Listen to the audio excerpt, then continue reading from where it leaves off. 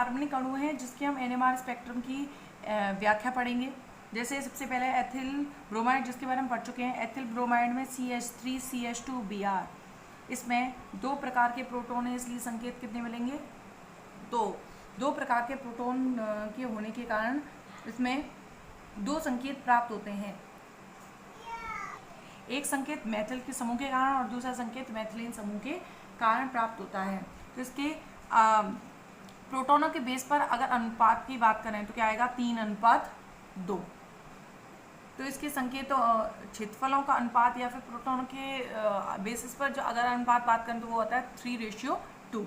इसके बाद अगर इसके प्रोटॉन का विपाटन पढ़ें तो इसके निकटवर्ती 2 प्रोटॉन होने के कारण मेथिल समूह के संकेतों का विपाटन 3 संकेतों में हो जाता है, अर्थात इसके संकेत ट्रिपलेट में बढ़ जाते हैं और इसके संकेत के निकटवर्ती 3 प्रोटॉन होने के कारण 3 + 1 4, तो इसके संकेत क्वाड्रेट के रूप में विपाटित तो हो जाते हैं। अगर इसके संकेतों का अनुपात जो विपाटन हुआ है उसके बेसिस पर अनुपात हो तो 1:1 हो जाता है और उसका कितना है? 1:3:1 इनका अनुपात होता है। अब इसके अलावा अगर हम इसमें परीक्षण विपरीक्षण की बात करें तो ये मेथिलीन समूह Br के अधिक नज़दीक होने के कारण इसके जो संकेत होते हैं अधिक विपरीक्षित होते हैं। क्यों? क्योंकि इसका प्रभाव क्या होता है? -I। और हम पहले पढ़ चुके हैं कि अगर कोई -I प्रभाव वाला समूह जुड़ा होता है तो वो क्या करता है? इलेक्ट्रॉनों को अपनी तरफ, बंद के इलेक्ट्रॉनों को अपनी तरफ आकर्षित करता है, जिससे इलेक्ट्रॉन इनके प्रोटॉनों के पास इलेक्ट्रॉन घनत्व कम होने से चक्रण करने वाले इलेक्ट्रॉनों की संख्या कम होती है तथा प्रेरित चुंबकीय क्षेत्र कम उत्पन्न होता है, प्रयुक्त का अवरोध कम होता है। मतलब क्या होता है? विपरीक्षण। तो -I प्रभाव वाला समूह जिसके पास ज़्यादा होगा उसका विपरीक्षण ज़्यादा, जिससे दूरी है वो विपरीक्षण कम।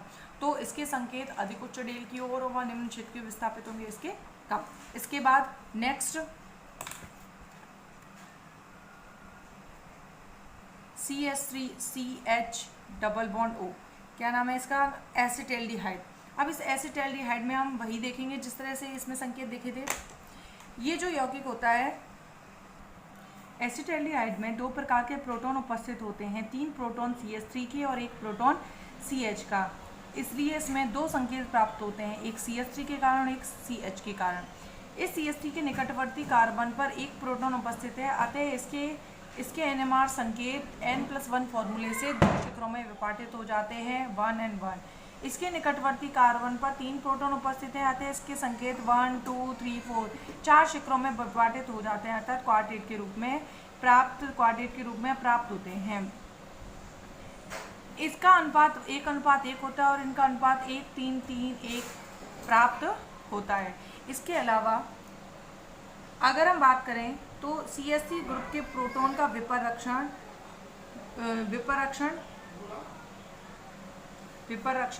CH प्रोटॉन के प्रोटॉनों के विपरीक्षण से थोड़ा कम होता है, होता तो काफ़ी सफिशिएंट मात्रा में होता है, लेकिन कुछ कम होता है। क्यों? क्योंकि CH प्रोटॉन के पास एक विद्युत ऋणी परमाणु ऑक्सीजन उपस्थित है जिसकी विद्युतता का मान अधिक होता है, अतः बंद के इलेक्ट्रॉनों को अपनी तरफ आकर्षित किए हुए रहते हैं, जिससे विपरीक्षण प्रभाव अधिक कार्य करता है।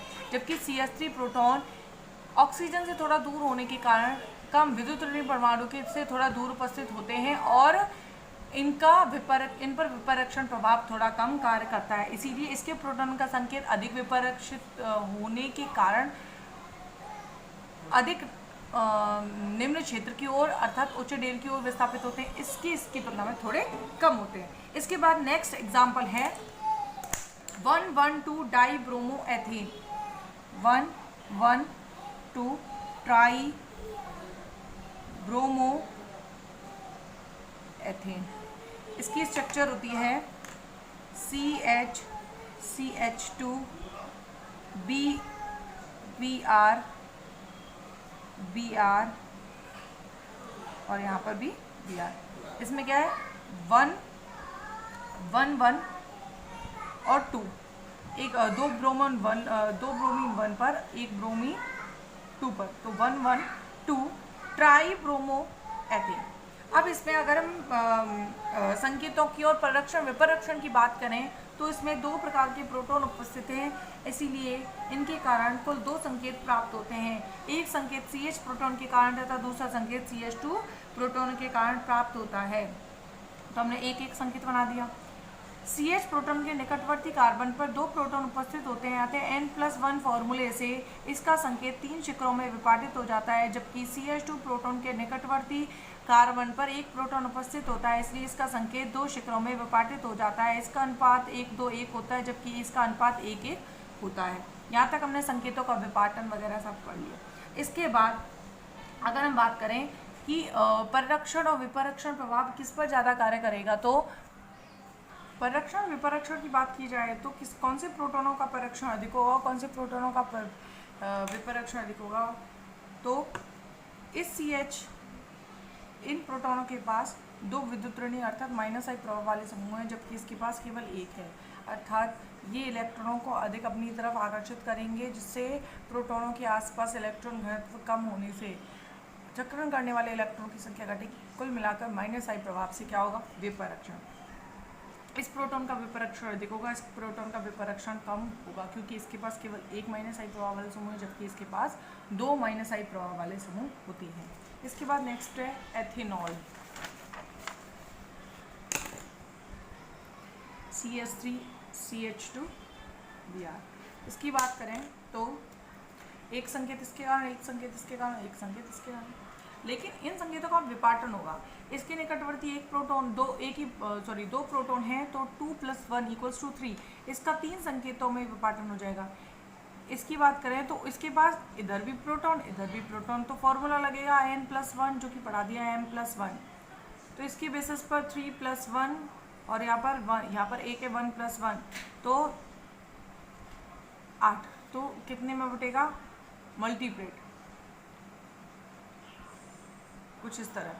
इसके निकटवर्ती दो प्रोटॉन है, तो 2 + 1 से 3, तो इसके संकेत 3, इसके 8 और इसके 9 भागों में इसका संकेतों का विपाटन हो जाता है।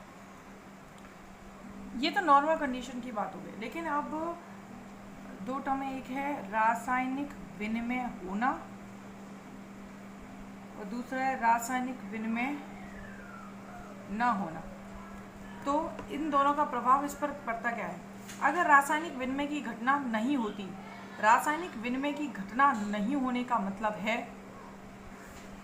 है कि रासायनिक विनिमय और रासायनिक विनिमय का प्रभाव केवल इन दोनों प्रोटॉनों पर देखा जाएगा। कैसे, अगर रासायनिक विनिमय ना होने का मतलब है, हम पहले इस वाली कंडीशन की बात कर रहे हैं, मतलब इसके हाइड्रोजन मजबूती से इसी कार्बन से जुड़े हुए हैं, इसके हाइड्रोजन इसके साथ ना कोई प्रतिस्थापित हो रहा है, ना कोई हाइड्रोजन बॉन्डिंग हो रही है, कुछ भी नहीं, जिसके प्रोटॉन है उसके पास ही उपस्थित है, मतलब कोई विनिमय नहीं हो रहा, कोई प्रतिस्थापन नहीं हो रहा। उस कंडीशन में जो मैंने ये बताया है उसी तरह से संकेत प्राप्त होंगे कि इसके संकेतों पर इसका प्रभाव पड़ेगा, इस पर इसके संकेतों का प्रभाव, और इस पर, मतलब आपस में इन पर प्रभाव पड़ने से संकेतों का विपाटन होगा।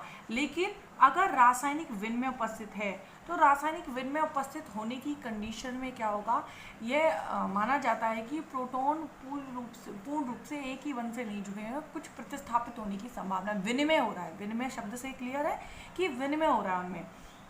तो अगर विनिमय नहीं होता तो यही कंडीशन है जो मैंने आपको बता दी है। अगर विनिमय होता है तो इस विनिमय होने की घटना में अगर हम इसके संकेतों की बात करें तो इसके संकेत केवल सिंगलेट के रूप में ही प्राप्त होंगे। क्यों? क्योंकि विनिमय होने की घटना पर इसके संकेतों का प्रभाव इसके प्रोटॉनों का प्रभाव इसके संकेतों पर नहीं पड़ेगा। क्यों? क्योंकि ये मानते हैं कि विनिमय से यह समझा जाता है, कंसीडर करते हैं कि ये प्रोटॉन पूर्ण रूप से एक ही जगह व्यवस्थित नहीं है, कुछ विनिमय की घटना है, प्रतिस्थापन की घटना है। तो विनिमय है तो उस कंडीशन में इसके कारण केवल एक प्रोटॉन तो एक संकेत सिंगलेट, कोई विपाटन नहीं। इसी तरह अगर विनिमय की क्रिया हो रही है तो अगर हम CH2 प्रोटॉन जिस पर इसके CH2 प्रोटॉन इसके संकेतों पर इसका और दोनों का प्रभाव था कब, जब रासायनिक विनिमय नहीं है। लेकिन जब रासायनिक विनिमय की घटना होती है उस कंडीशन में केवल इसके प्रोटॉनों का प्रभाव इस पर पड़ सकता है, इसके प्रोटॉनों का प्रभाव क्यों नहीं पड़ता? क्योंकि जो OH होता है वो विनिमय क्रिया में भाग लेगा, विनिमय होगा मतलब विनिमय क्रिया में भाग ले रहा है, और ज़्यादातर OH होता है वो हाइड्रोजन बॉन्डिंग में यूज में आ जाता है। तो वो ये पॉसिबिलिटी मानी जाती है कि OH का ये H है वो रासायनिक विनिमय के द्वारा हाइड्रोजन बॉन्डिंग भी कर सकता है, मतलब विनिमय रूप में है, प्रतिस्थापित है, तो इसका प्रभाव इस पर नहीं पड़ता। विनिमय की घटना अगर विनिमय नहीं है उस कंडीशन में इसके प्रोटॉन पर इसका, इस पर इन दोनों का, और इस पर केवल इसका प्रभाव होगा। लेकिन रासायनिक विनिमय है तो इसके कारण जो संकेत प्राप्त होंगे सिंगलेट, क्योंकि इसका प्रभाव नहीं पड़ेगा। इसके कारण जो संकेत प्राप्त होंगे उन पर केवल इसका प्रभाव पड़ेगा, इसका नहीं पड़ेगा, क्यों बोल देते हैं हाइड्रोजन बॉन्डिंग में हाइड्रोजन यूज में आ गए, और इसके कारण जो संकेत पड़ेंगे होंगे उन पर इसका प्रभाव पड़ेगा। ये बात है, ये क्लियर हो गई होगी। इसके बाद अगर संकेत विपाटित होते हैं तो बता दिया, अगर 3 में विपाटित होंगे तो 1 to 1 उसका अनुपात प्राप्त होगा। इसके बाद मल्टीप्लेट के अनुपात को याद रखने की ज़रूरत है नहीं है। और अब हमने यहाँ तक ये पढ़ लिया कि संकेत कितने में विपाटित होंगे, कितने संकेत प्राप्त होंगे, किसके संकेतों पर किस प्रोटॉन का प्रभाव पड़ेगा, ये हम पढ़ चुके हैं, पढ़ लिया इसमें। लेकिन इसके अलावा अगर हम परक्षण और विपरक्षण की बात करें तो कौन से प्रोटॉनों का परक्षण ज़्यादा होगा, कौन से प्रोटॉनों का विपरक्षण ज़्यादा होगा, वो समझे तो इसमें केवल एक ही फैक्टर दिखाई दे रहा है, -I प्रभाव के लिए ऑक्सीजन का इलेक्ट्रोनेगेटिविटी ज़्यादा होती है, -I प्रभाव प्रदर्शित करता है, तो क्या करता है इलेक्ट्रॉनों को अपनी तरफ। तो इन तीनों में से कौन से प्रोटॉनों का विपरक्षण ज़्यादा होगा और उच्च डेल व निम्न क्षेत्र प्राप्त होगा? तो उच्च डेल का मान कौन से प्रोटॉन के लिए ज़्यादा होगा? इस वाले प्रोटॉन के लिए। क्यों? क्योंकि ये प्रोटॉन ऑक्सीजन के से साथ जुड़ा हुआ है, ऑक्सीजन के ज़्यादा पास है। इस प्रोटॉन का भी विपरक्षण काफ़ी अधिक होगा और डेल का मान बहुत अधिक प्राप्त होगा। लेकिन ये जो प्रोटॉन है इन प्रोटॉनों का विपरीक्षण होगा, लेकिन इतना नहीं होगा जितना इन प्रोटॉनों का हो रहा है। तो इन दोनों की तुलना में जो डेल का मान सबसे कम प्राप्त होगा वो किसके लिए होगा? CH3 प्रोटॉन के लिए प्राप्त होता है। इसके बाद नेक्स्ट एग्जाम्पल, अब इसमें एग्जाम्पल ही मोस्ट बचे हुए हैं। नेक्स्ट है एथिल एसीटेट।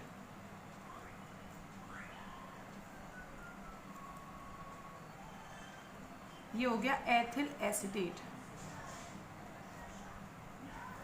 एथिल एसीटेट, अब इसमें अगर हम प्रोटॉनों की बात करें तो कितने प्रकार के प्रोटॉन हैं? 1 2 3 तीन प्रकार के प्रोटॉन हैं, इसलिए संकेत कितने प्राप्त होंगे? 3 संकेत प्राप्त होते हैं, कुल 3 संकेत। 1 मैं इसके नीचे बनाती हूँ, 2 और 3, ठीक है। अब इसमें वही देखना है विपाटन किसका कैसे क्या होगा। तो हम इसमें देखें तो इस प्रोटॉन के निकटवर्ती कोई प्रोटॉन नहीं है, इसीलिए इसका संकेत केवल सिंगलेट के रूप में ही प्राप्त होगा। इस प्रोटॉन की बात करें तो इस प्रोटॉन के द्वारा जो संकेत प्राप्त हुआ है उसका विपाटन कितने में होगा? 3 + 1 4, क्योंकि इसके पास 3 प्रोटॉन हैं तो n+1 फॉर्मूले से 3 + 1 = 4, तो इसका संकेत 4 शिखरों में विपाटित हो जाएगा। तो हमें दोबारा से बनाते थे, ये 1 में ही रहेगा, ये 4 में बढ़ गया। इसके अलावा इसके निकटवर्ती 2 प्रोटॉन है तो इसका संकेत ट्रिपलेट में 1 2 3 ट्रिपलेट। इनके अनुपात की बात करें तो वो 1 3 3 1 1 2 1, इसका तो सिंगलेट है, केवल 1 ही लिख देंगे। तो इस तरह से जो एथिल एसीटेट है, एथिल एसीटेट में कुल 3 प्रोटॉन होते हैं, 3 प्रकार के प्रोटॉन होते हैं, इसलिए 3 संकेत प्राप्त होते हैं। एक संकेत में C डबल बॉन्ड O से जुड़े मैथिल के कारण, एक संकेत मैथिलीन समूह के कारण, एक संकेत इस मैथिल समूह के कारण प्राप्त होता है, फिर इनका विपाटन हो जाता है। यहाँ पर ये O है। तो अब इसके अलावा एक चीज और देखनी है, परक्षण विपरक्षण। तो अब कौन से प्रोटॉनों का परक्षण अधिक होगा और डेल का मान अधिक होगा? तो इन तीनों में से ये CH2 प्रोटॉन COO कि ऑक्सीजन के पास उपस्थित है, -I प्रभाव इसका बहुत ज़्यादा होता है, तो ये 1 के इलेक्ट्रॉनों को आप अपनी तरफ खींचेगा, तो इस प्रोटॉन का विपरक्षण सबसे ज़्यादा और डेल का मान सबसे ज़्यादा निम्न क्षेत्र। इनकी तुलना में ये जो प्रोटॉन होते हैं इनके लिए विपरीक्षण का मान थोड़ा कम होता है। लेकिन इन दोनों में से भी डेल का मान सबसे कम किसके लिए होता है? इस वाले प्रोटॉन के लिए। क्यों? क्योंकि ये सी डबल ओ के सी डबल बॉन्ड ओ से जुड़ा हुआ है, तो इसका प्रभाव भी -I प्रभाव या फिर इलेक्ट्रॉन आकर्षित करने वाला प्रभाव के रूप में से समझा जा सकता है। तो ये जिस समूह से जुड़ा हुआ है वो इलेक्ट्रॉन आकर्षित करने की प्रवृत्ति रखता है, तो इसीलिए इसका विपरीक्षण होगा। इसकी तुलना में इसका कम, और सबसे कम इस प्रोटॉन का विपरीक्षण होगा। इसके बाद नेक्स्ट टोलुइन। टोलुइन के स्ट्रक्चर सभी जानते हैं। ये हो गया टोलुइन 6 शायद। तो टोलुइन में अब हम दो भागों में डिवाइड करके इसको पढ़ेंगे। एक भाग मांग लिया ये, तो इसे दो प्रकार के प्रोटॉन हो गए, H H H H। तो ये 5 प्रोटॉन तो इस बेंजीन वाले के साथ जुड़े हुए हैं और 3 प्रोटॉन इसके साथ। तो दो प्रकार के प्रोटॉन उपस्थित है, इसलिए संकेत कितने मिलेंगे? 2 संकेत प्राप्त होते हैं। एक संकेत मैथिल समूह के प्रोटॉन के कारण और दूसरा संकेत फेनिल समूह के प्रोटॉन्स के कारण प्राप्त होता है। अगर हम इन पांचों प्रोटॉन, देखो यहाँ H H H जुड़ा होगा, लेकिन पांचों प्रोटॉनों के निकटवर्ती कार्बन कौन सा मानेंगे? जिससे मैथिल जुड़ा हुआ है। तो इस कार्बन पर कोई प्रोटॉन उपस्थित नहीं है। इस कार्बन पर जो बॉन्ड बना है उस पे जो बॉन्ड फ्री बॉन्ड था, हाइड्रोजन जिस पर प्रेजेंट था, उस पर अब एक मैथिल समूह प्रेजेंट है। तो इन सभी पांचों कार्बनों के पास कोई हाइड्रोजन नहीं है, कोई प्रोटॉन उपस्थित नहीं है। तो इन प्रोटॉनों, इनके फेनिल समूह के प्रोटॉनों का जो स्प्लिटिंग है, विपाटन नहीं होगा। इसी तरह अगर हम इसके प्रोटॉन की बात करें तो मैथिल समूह के निकटवर्ती भी कोई प्रोटॉन नहीं है, इसीलिए इसके संकेतों का विपाटन भी नहीं होगा। अर्थात संकेत किस रूप में प्राप्त होंगे? दोनों ही सिंगलेट रूप में प्राप्त होते हैं। इसके अलावा अगर हम पररक्षण विपरीक्षण की बात करें तो बेंजीन में हम पढ़ चुके हैं कि पाई इलेक्ट्रॉन्स के कारण या फिर वलय धारा, पाई इलेक्ट्रॉन्स के कारण जो 6 पाई इलेक्ट्रॉन होते हैं उनके कारण वलय धारा प्रवाहित होने लगती है। तो उस वलय धारा के कारण जो प्रेरित चुंबकीय क्षेत्र उत्पन्न होता है, उसके फलस्वरूप अनुचुंबकीय विषमदैशिकता प्रदर्शित होती है। बीच ये जो बेंजीन वलय होती है उसमें अनुचुंबकीय विषमदैशिकता का मतलब है इसमें जो प्रेरित चुंबकीय क्षेत्र है उसकी दिशा प्रयुक्त चुंबकीय क्षेत्र के अनुदिशी होती है, अर्थात विरोध ज़्यादा नहीं होता। तो इन सभी प्रोटॉनों का क्या होता है? पांचों का विपरीक्षण होता है। लेकिन अगर हम इसकी बात करें तो CH3 प्रोटॉन के से कौन जुड़ी हुई है? ये बेंजीन वाले अर्थात फेनिल समूह जुड़ा हुआ है, और इस फेनिल समूह का प्रभाव कुछ -I प्रकार होता है। और हम पहले ही समझ चुके हैं कि अगर -I प्रभाव वाला कोई समूह जुड़ा हो तो क्या करता है? वलय का विपरीक्षण करता है, और वलय के विपरीक्षण से संकेत किस क्षेत्र की ओर जाते हैं? निम्न क्षेत्र उच्च डेल की ओर चले जाते हैं। तो इसके प्रोटॉन का विपरीक्षण होकर भी डेल का मान ज़्यादा प्राप्त होगा, लेकिन इनके डेल के सी मैथिल समूह के लिए जो डेल का मान प्राप्त होगा वो कम होगा। किसकी तुलना में? मैथिल समूह के प्रोटॉनों का विपरीक्षण से जो डेल का मान प्राप्त होगा उससे इसका मान थोड़ा कम प्राप्त होता है। इसके बाद नेक्स्ट है 7th एसिटोफिनोन। एसिटोफिनोन ये है acetophenone, C double bond O and ये CH3। अब इस एसिटोफिनोन की बात करें तो, अरे इनमें संकेतों की बात करें तो एक संकेत फेनिल समूह के 5 प्रोटॉनों के कारण तथा दूसरा संकेत इसके कारण मैथिल समूह के 3 प्रोटॉनों के कारण प्राप्त होता है। इसके संकेतों का विपाटन की बात करें तो इसके पास निकटवर्ती कोई प्रोटॉन उपस्थित नहीं है, तो इसका जो संकेत है वो सिंगलेट के रूप में ही प्राप्त होता है। अगर इसकी बात करें तो इसका संकेत भी, जैसे हमने टोलुइन में बात की, इन पांचों के निकटवर्ती भी कार्बन पर भी कोई प्रोटॉन नहीं है, तो इसका भी संकेत सिंगलेट के रूप में प्राप्त होना चाहिए था, लेकिन ऐसा नहीं होता है। इसका संकेत है वो मल्टीप्लेट, एक जटिल मल्टीप्लेट के रूप में प्राप्त होता है। अब जटिल मल्टीप्लेट के रूप में प्राप्त होने का कारण क्या है? हमने पहले अभी कुछ एक स्ट्रक्चर एसिटोफिनोन की पढ़ी थी, तो कुछ शंक्वाकार क्षेत्र करके हमने जैसे C डबल बॉन्ड O और इस तरह हमने शंक्वाकार क्षेत्र बना दिया था, प्लस प्लस प्लस और यहाँ माइनस माइनस माइनस, और माइनस माइनस, और यहाँ पे था ये बेंजीन वाला और यहाँ पर CH3 कुछ ऐसे बनाया था। तो मैंने समझाया था कि जो ऑर्थो कार्बन है उनका विपरक्षण बहुत अधिक, वैसे भी विपरक्षण हो रहा है लेकिन इन विपरक्षण क्षेत्र के पास उपस्थित होने के कारण इसका विपरक्षण बहुत ज़्यादा होता है और पैरा का विपरक्षण बहुत कम होता है। तो अब ये पांचों प्रोटॉन है, ठीक है। हमने एक डायग्राम दोबारा से स्पेक्ट्रम बना रहे हैं, ठीक है। अब हमने क्या किया, इसके कारण जो संकेत था हमने एक बना दिया। अब हम इसके विपाटन की बात कर रहे हैं। अब पांचों प्रोटॉनों के कारण संकेत एक ही प्राप्त हो रहा है, ठीक है। अब पांचों प्रोटॉन के कारण जो संकेत एक प्राप्त हो रहा था उसमें से भी जो ऑर्थो प्रोटॉन है उसके कारण तो संकेत कौन से क्षेत्र में जाएगा, विपरक्षण बहुत ज़्यादा है तो निम्नलिखित इस क्षेत्र में जाएगा। लेकिन इसके कारण ये विपरक्षित भाग से दूर है तो निम्न क्षेत्र में होगा, उच्च डेल में होगा, लेकिन इसकी तुलना में बहुत कम होगा। तो हम इसी संकेत को हमें कितने भागों में बांटना पड़ेगा, कुछ भागों में बांटना पड़ेगा। जैसे कि अगर हमने इसी संकेत को उच्च क्षेत्र की तरफ बढ़ाया, उच्च क्षेत्र मतलब निम्न डेल की ओर बढ़ाया, तो निम्न डेल की तरफ कौन सा जाएगा, इस प्रोटॉन के कारण तो कुछ इस तरफ बढ़ने लगेगा संकेत। और अगर इसकी बात करें तो यहाँ मैं दोबारा लिख देती हूँ, यहाँ होता है उच्च डेल और निम्न क्षेत्र, और इस दिशा में होता है निम्न डेल और उच्च क्षेत्र। इसके अलावा विपरक्षण से कौन सी घटना होती है, इस दिशा में जाती है, और परिरक्षण से इस दिशा में, ठीक है। अब अगर बात करें दोबारा से तो हम तीनों प्रोटॉन, हमें सिर्फ इनके प्रोटॉनों से बात करने के बारे में बात करनी है।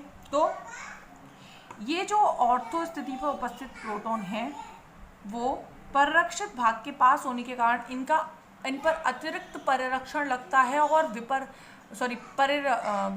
अतिरिक्त विपरिरक्षण, हम विपरक्षण, ये परिरक्षण का भाग है, ये विपरक्षण का है, तो इन पर अतिरिक्त विपरक्षण भाग लगता है। अतिरिक्त विपरक्षण के कारण बहुत ज़्यादा विपरक्षण होता है और विपरक्षण होने से संकेत उच्च डेल में, तो इसके लिए इन प्रोटॉनों के लिए डेल का मान बहुत ज़्यादा, और डेल का मान बहुत ज़्यादा किस ओर होगा, इस तरफ। तो जो संकेत यहाँ प्राप्त हो रहा था, ठीक है, जिसे हम एक मान रहे थे, अब वो संकेत किस ओर बढ़ रहा है, इस ओर, ठीक है।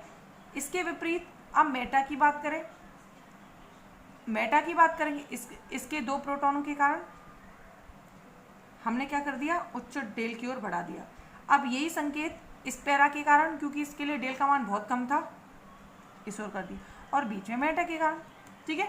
तो संकेत किस रूप में प्राप्त हो रहा है, क्वाड्रेट के आगे सभी मल्टीप्लेट बोलने लग जाते हैं, तो कुछ मल्टीप्लेट के रूप में प्राप्त हो रहा है। तो इसीलिए बोला है कि जो एसिटोफिनोन होता है, एसिटोफिनोन में जो फेनल रिंग जुड़ी होती है उसमें एसिटोफिनोन के C double bond O pi bond के चक्रण के कारण जो परिरक्षण विपरक्षण लगता है उसमें से विपरक्षण अतिरिक्त इन ऑर्थो स्थिति पे लगता है। तो इसका संकेत है एक ही संकेत, लेकिन उस संकेत का कुछ भाग और उच्च डेल की ओर खिसक गया है और पैरा स्थिति पर प्रोटॉन है वो निम्न की ओर खिसक गया है। तो सिर्फ एसिटोफिनोन में ये इतना ही था।